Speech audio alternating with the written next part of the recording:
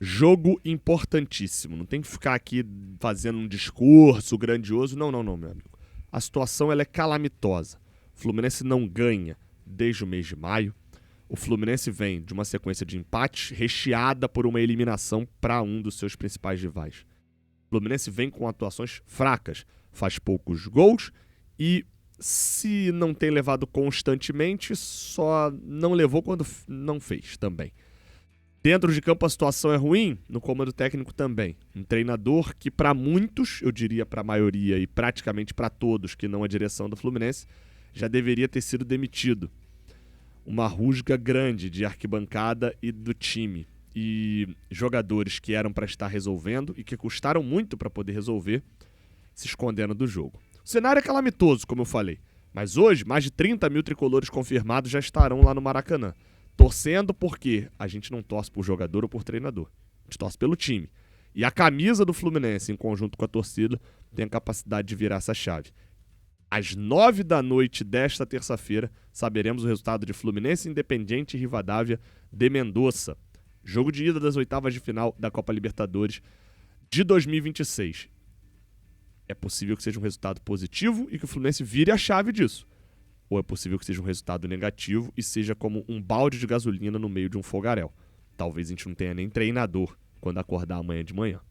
A situação ela é calamitosa, mas tudo que você precisa saber sobre Fluminense Independente e Rivadavia, na confiança de dias melhores, você encontra aqui nesse vídeo de pré-jogo. Roda a vinheta.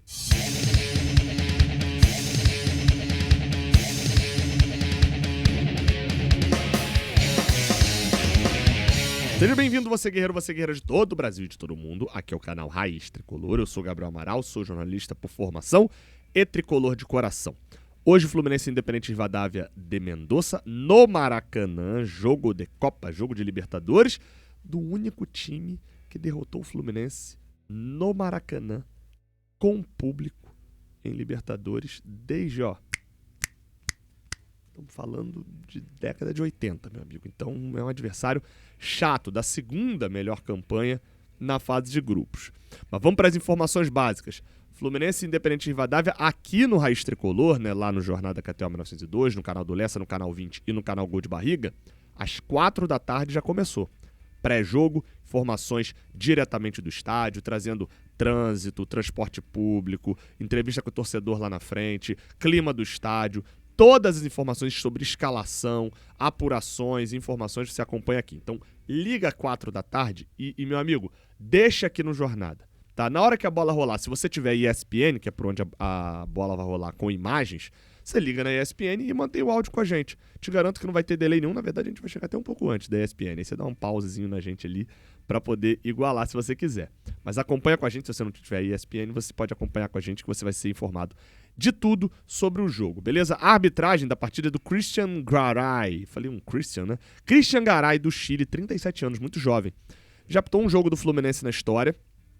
Foi um jogo entre Fluminense e América de Cali no ano passado, Sul-Americana, o jogo lá na Colômbia, nenhuma intercorrência muito séria. Ele apitou um jogo da Copa do Mundo, Canadá 6, Catar 0. Jogo com 2 expulsões nesse jogo da seleção Qatari. É um árbitro que não é de tantos amarelos assim, né? Uma média ali, pelo menos nas competições internacionais, de 4, 5 amarelos por jogo, mas que já deu alguns vermelhos nessa Libertadores, né? No jogo entre os Estudiantes e Cusco, do grupo do Flamengo, no jogo entre a Universidade Católica e Palestino lá pelo Campeonato Chileno. Na Libertadores desse ano, deu 3 cartões vermelhos em Guarani e Juventud de las Piedras do Uruguai. Então um árbitro também que não hesita ali para dar cartão vermelho não, né? Vamos ficar de olho nessa arbitragem. Minha preocupação de sempre quando tem um jogo de Libertadores no Maracanã o árbitro é permissivo com cera? Hoje a gente vai descobrir, eu não tenho o histórico dele para poder falar nesse ponto. O Independente Rivadavia vai querer fazer cera? É um ponto. Ontem à noite, né, eu sempre divulgo aqui, até pra galera que de repente assiste. Sei que tem muitos jornalistas que assistem o meu pré-jogo para poder ter informações sobre o time. Tá? Muito obrigado à audiência de todo mundo e à confiança. Vale dizer que o pré-jogo é dividido em 2 partes. Tem uma parte que eu falo muito mais da parte do bola e campo, dos jogadores, de como chega o time adversário, o nosso time. Nesse pré-jogo aqui eu falo mais de contexto e vou falar de bola e campo já também. E o contexto do Fluminense, como eu falei na abertura, ele é um contexto muito, muito perigoso nesse momento. Porque quando você joga um jogo como esse, você tem que ser inteligente.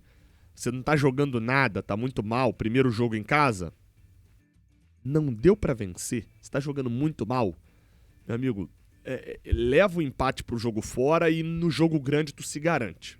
Qual que é o problema disso? O problema é que o Fluminense hoje não se garante pra tentar o empate, porque o empate vai ser visto como uma derrota pra muitos torcedores. Porque o Luiz Ubeldia já vem fazendo hora extra no Fluminense e o elenco já vem muito criticado. O torcedor não sai de casa pra ver um jogo de competição, jogo oficial, como seja um amistoso, e ver uma vitória desde o jogo contra o Laguaira lá em maio e trabalhando na realidade, Laguaira e Bolívar não era nem pra contar, porque o nível é Nova Iguaçu. É desde o jogo contra o São Paulo, no início de maio.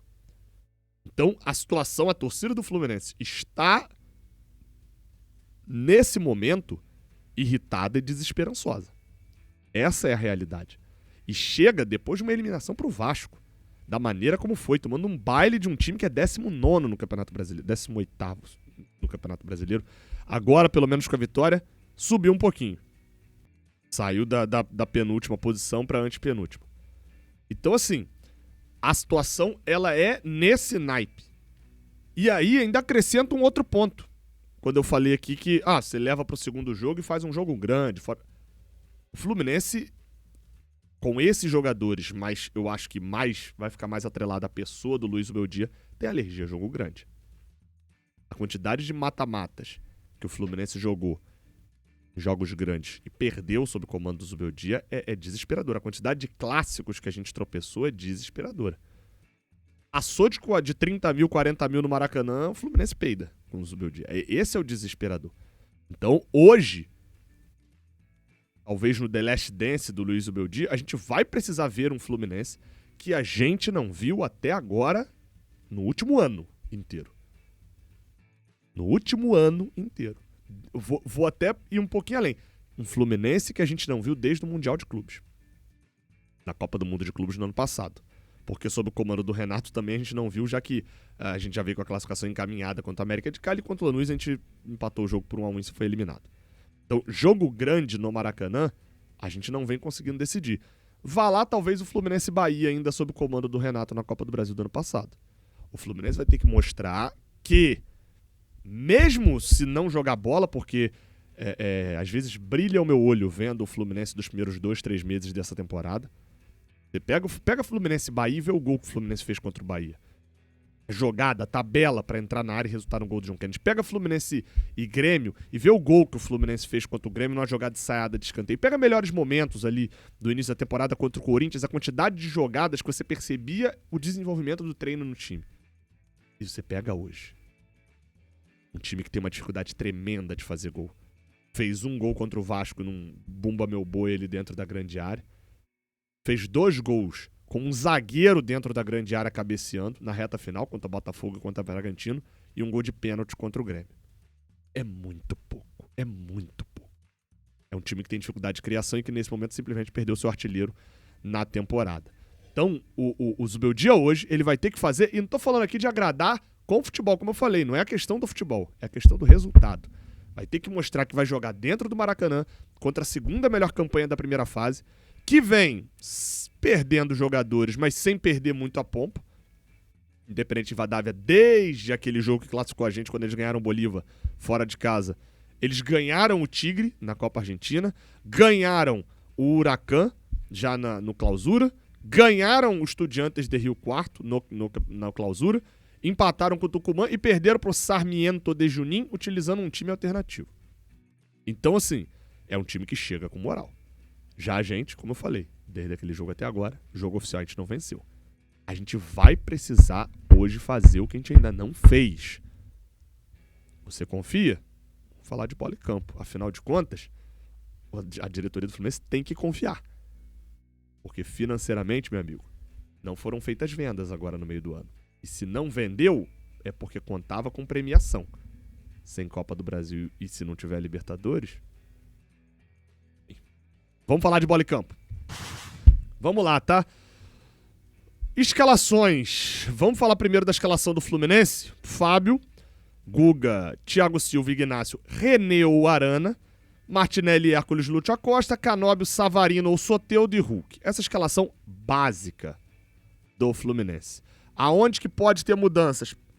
Eu vou falar mais das mudanças que podem acontecer do que as que eu faria. Tipo assim, eu iria de Samuel Xavier no Guga, por exemplo. Mas o retorno do Thiago Silva é crucial, é muito importante, mas a zaga não é o nosso maior problema, né?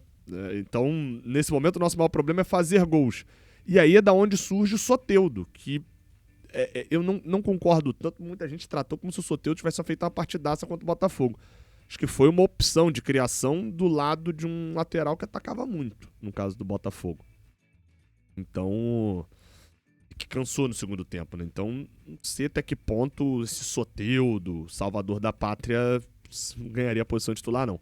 Já que o Savarino não vem jogando bem e o Soteldo, em momento nenhum, pareceu ser uma solução do Fluminense, a solução para Luiz Ubeldia, e foi algo que ele testou no último jogo, pode ser preencher um pouquinho mais o meio de campo, recuar um pouquinho mais o Martinelli para a saída de bola, soltar um pouco mais os seus dois laterais, seja o Guilherme Arana, que vem muito mal, ou seja o René, que é muito criticado pela torcida, e colocar... eu puxei o Samuel Xavier, agora que eu percebi, era o Nonato aqui. E colocar dois volantes à frente do Martinelli, que foi a forma como o Martinelli mais rendeu, soltar o Lúcio Acosta como um apoiador, como um meio-campo de enganche, que é o que ele gosta muito, e dar liberdade para Hulk e Canóbio explorarem o deserto de marcação que por vezes é o time da Alfredo Berti na recomposição. Pode acontecer isso? Pode. Eu acho que vai acontecer? Não, porque eu acho que o Zubeldia, enquanto ele estiver vendo uma faca, ele vai estar dando murro na ponta da faca. Torço para estar errado nesse ponto. Alfredo Berti deve trazer ter muitos desfalques a equipe do Independente Rivadavia, tá? Daquele jogo pra esse, se a gente perdeu o John Kennedy, o nosso artilheiro na temporada, eles perderam o Davi Vidia, que era o principal garçom, né, um dos principais jogadores, foi pro Boca Juniors.